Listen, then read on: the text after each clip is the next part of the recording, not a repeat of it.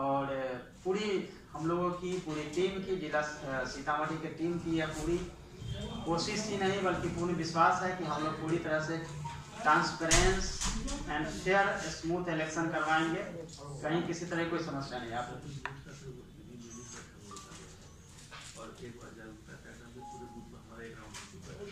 आप सबको पता है कि जितने भी हमारे 2221 पोलिंग स्टेशन है, सभी स्टेशन पे पोलिंग स्टेशन पे जागरूकता के लिए वहाँ पे ईवीएम एंड वीवीपैट दोनों से जागरूकता कराई जा चुकी है। लोगों ने खुद ही जाके वोट डाल के संतुष्ट भी हो चुके हैं।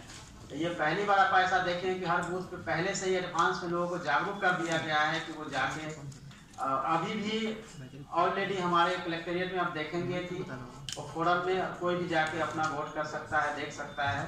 FLC कर दी गई है, पूरी पैक कर दी गई है। इस बार ईवीएम का जो व्हीकल है उसको भी जीपीएस में ट्रैक में हम लोग रख रहे हैं कि कहाँ गाड़ी गई और किस तरह से आ रही है। और जितना भी मैंने बताया कि आपको नॉमिनेशन का जो डेट या नाम वापसी या फिर उनको स्कूटनी, सभी का सभी जो है हमारे स्कूटनी 5 बजे तक चलेगा। हालांकि बाकी सभी जो है 3 बजे तक उनको करना पड़ेगा। सिंबल लोकेशन ये सब सारी आपको पता है। चीज़ें बाकी चीज़ें होगी, आपको समय समय में ब्रीफ किया जाएगा। और मीडिया बंधुओं से आग्रह यह है कि इसको ज़्यादा से ज़्यादा प्रचारित प्रसारित करने की ज़रूरत है ताकि अधिक से अधिक वोट यानी 100% जो है लोग मतदान करें। ये आपकी भी हमारी भी जिम्मेवारी है कि लोगों को इसके लिए आग्रह करें कि 100% मतदान हो, ताकि हमारा जो लोकतंत्र का यह महापर्व है उसको अच्छे से मनाया जा सके। स्वीप के द्वारा भी प्रचार प्रसार कंटिन्यू किया जा रहा है और यह प्रचार प्रसार कंटिन्यू किया जाता रहेगा। तो आप लोग इसमें सहयोग करेंगे। इस वक्त कैंडिडेट के जितने भी उनके ट्विटर, व्हाट्सएप, फेसबुक, इंस्टाग्राम सहित जितने सोशल मीडिया के अकाउंट्स है उसके भी डिटेल्स लिए जाएंगे और उस पर निगरानी रखी जाएगी ताकि उससे जो प्रचार प्रसार होगा उस पर भी हम लोग बुक करेंगे खास जगह। काफ़ी डिफिकल्ट है। इस बार हम मौका देते हैं एसपी साहब को, आपको प्लीज कुछ कहेंगे।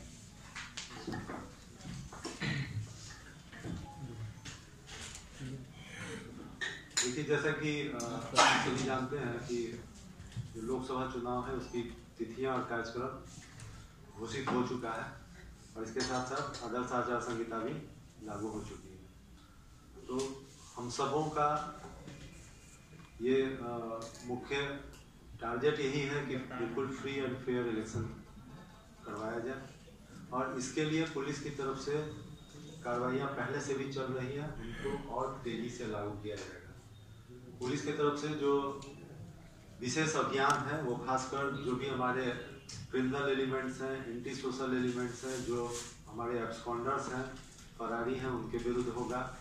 इसके अलावा जो शराब की तस्करी या इससे जुड़े हुए लोग हैं और ये जो है तस्करी का धंधा, इस पर सख्ती से कार्रवाई की जाएगी। इसके लिए आवश्यक जो चेक पोस्ट हैं वो इस्टेब्लिश किए जाएंगे।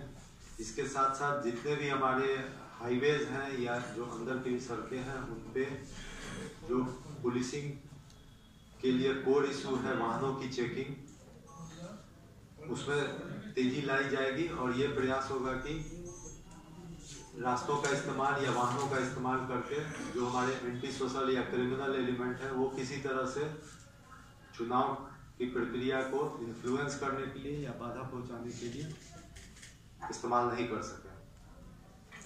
इसके अलावा जो चुनाव के अगर पूरे प्रक्रिया को देखा जाए तो उसमें इसे हम 3 फेजों में बांट सकते हैं। एक मतदान की तिथि के पूर्व, मतदान के समय और पोस्ट इलेक्शन या पोस्ट काउंटिंग भी आप कह सकते हैं।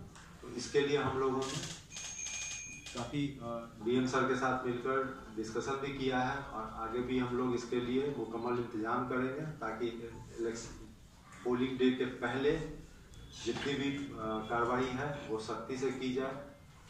चुनाव के दिन जैसा कि आप जानते हैं सभी मतदान केंद्रों पर उसके कैटेगरी के हिसाब से और जो मानक है इलेक्शन कमीशन के उसके हिसाब से बलों की प्रतिनियुक्ति रहेगी और इलेक्शन खत्म होने के बाद और खासकर मतगणना के बाद उस समय भी हम लोगों की विशेष सतर्कता रहेगी ताकि किसी तरह का पोल जो वायलेंस जिसको कहते हैं वो बिल्कुल नहीं हो और जो भी हम लोगों के यहाँ बूथों को और जो संवेदनशील जिसे कहते हैं या वल्नरेबल टोलों का आइडेंटिफिकेशन किया जा रहा है, और उन सभी के जो भी मतदाता होंगे उनके बीच में कॉन्फिडेंस लाने के लिए पुलिस की तरफ से विशेष अभियान रहेगा।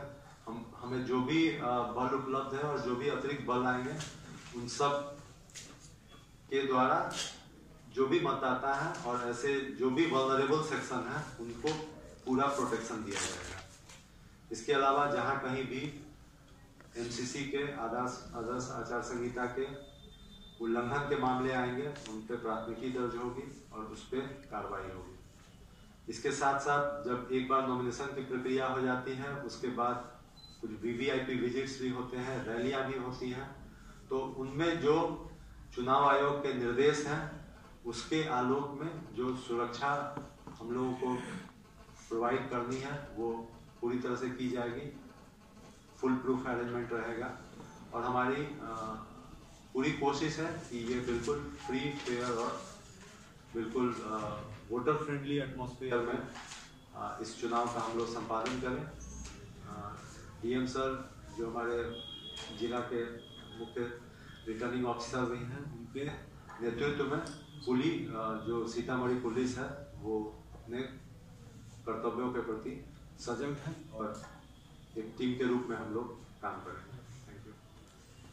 आप लोगों के मन में कोई प्रश्न या कुछ पूछना हो गुजरा हो तो आप लोग सोशल मीडिया के बारे में बताया जाए। जैसे कि आपने कहा कि आप प्रचार प्रसार नहीं कर सकते हैं, तो क्या किसी नेता प्रचार आपके सोशल मीडिया से करवा सकते हैं, लेकिन उसका पूरा डिटेल्स और जो कॉस्ट आप लोग लेंगे वो हमें बताना पड़ेगा। सपोज दैट कि हम कटाक्ष करते हैं उन पर, अगर उन्होंने जो पिछले साल कुछ किया है हम उसका बखान करते हैं, उनके पक्ष में नहीं करते हैं, हम पब्लिक फेवर में करते हैं, लोकतंत्र फेवर में करते हैं, तब क्या होगा? अगर आप उनके पक्ष में प्रशंसा वगैरह कुछ भी आता है जिससे कि उन प्रभावित हो सकता है वोट, तो वो हमारे पेड न्यूज में आएगा। लेकिन अगर मान लेते हैं किसी की आलोचना कर रहे हैं उसमें कहीं भी लगता नहीं हो कि उनको फेवर हो रहा है तो उसमें नहीं आएगा पेड न्यूज। सर आपको कितने फोर्स की आवश्यकता है? सर एक बात और है, सोशल मीडिया इट मींस अभी जो बातें चल रही हैं सोशल मीडिया में उन तमाम फेसबुक हमें मिलने की चांसेज है, उससे ज्यादा भी हमें फोर्सेज चाहिए, स्पेशली जो हमारा क्रिटिकल बूथ है उसके लिए।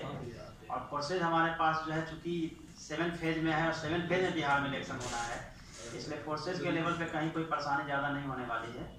ठीक है सर, जिला में जितने सोशल मीडिया पोर्टल न्यूज चल रहे हैं सिर्फ ये उन्हीं के लिए है या फिर जितने लोग लाखों में फेसबुक, व्हाट्सएप, यूट्यूब चलाते हैं उन तमाम लोगों पर ये? क्योंकि हमारे एरिया से रिलेटेड कहीं भी होगा उस सब पे हमारा नजर होगा, लेकिन जो जिस जहाँ के आरओ हैं, रिटर्निंग ऑफिसर है, उसके हिसाब से वो लोग देखेंगे। इसकी मॉनिटरिंग हाई लेवल पे भी होती रहेगी, सीईओ सर के लेवल पे भी होगा, फिर दिल्ली से भी होगा, नॉट की केवल यहीं तक रहेगा, उसका भी मॉनिटरिंग होता रहेगा।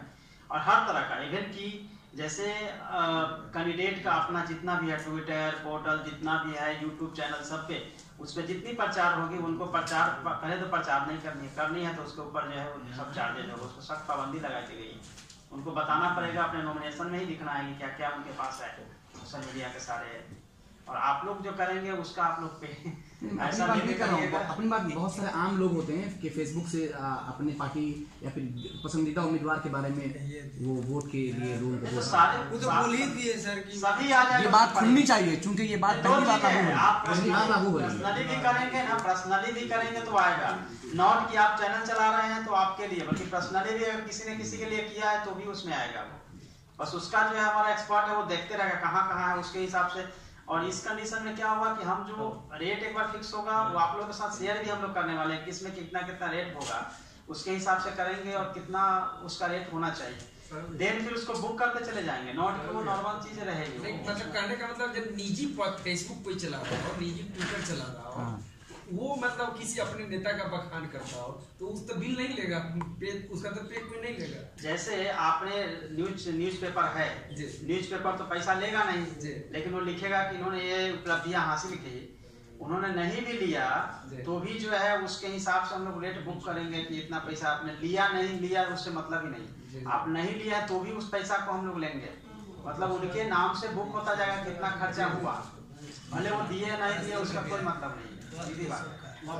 सर सीतामढ़ी जिला नेपाल से जुड़ा हुआ है तो बॉर्डर एरिया से बहुत सारे शराब का तस्करी होता है, बहुत सारे एलिमेंट जो है वो। अभी जैसा कि एसपी साहब ने बताया है कि हम लोगों का बिल्कुल फोकस जो है अंतर्राष्ट्रीय जो बॉर्डर है उस पर भी रहेगी और दूसरे जो स्टेट या डिस्ट्रिक्ट के साथ है उस पर भी रहेगी। और जल्दी ही हम लोग बॉर्डर मीटिंग करने वाले हैं जिससे कि उनके साथ हम पूरी तरह से सेंसिटाइज करा पाएँ कि इलेक्शन है, उसलिए बॉर्डर को पूरी तरह से सील रखेंगे। किसी तरह की कोई भी इलीगल चीज़ें ना आ जाए और इलीगल व्यक्ति भी ना आ जाए, स्पेशली लीकर हो या फिर कोई ऐसे गुंडा तत्व हो। तो उसके लिए अभी जस्ट हम लोग करने जा रहे हैं बॉर्डर मीटिंग, उसमें हम लोग इन सब चीज़ों को फ्लैग करेंगे और हम लोग उनके साथ मीटिंग करके मिनिटाइज करके फिर फाइनल करेंगे। सर इलेक्शन में कितने बैड एलिमेंट्स को चिन्हित किया गया है? अब तक हम लोग 107 की कार्रवाई भी कर रहे हैं और दूसरे सीसी एक्ट एंड तरीपार की भी कार्रवाई है, उस पर भी हम लोग कर रहे हैं। और कितना हुआ लगभग है डाटा आपके पास? सीसीए 3 के तहत में अभी तक पूरे जिले में 66 लोगों के विरुद्ध में कार्रवाई शुरू की गई है और बाकी लोगों को भी चिन्हित करके ये किया जा रहा है।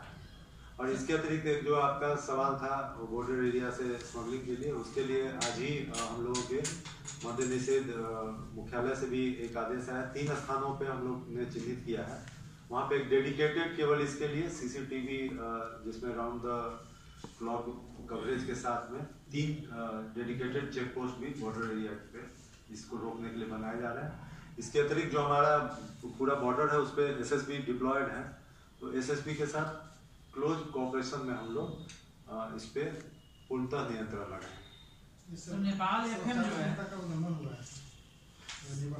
अभी हम लोग FIR कर रहे हैं। नाम बताया जा सकता है सर किन्होंने किया है? सबको पता है राम कुमार शर्मा जी ने किया है और आचार संहिता के बाद किया गया है, इसीलिए सदस्य को जस्ट हमने अभी इंस्ट्रक्शन दिया और FIR दर्ज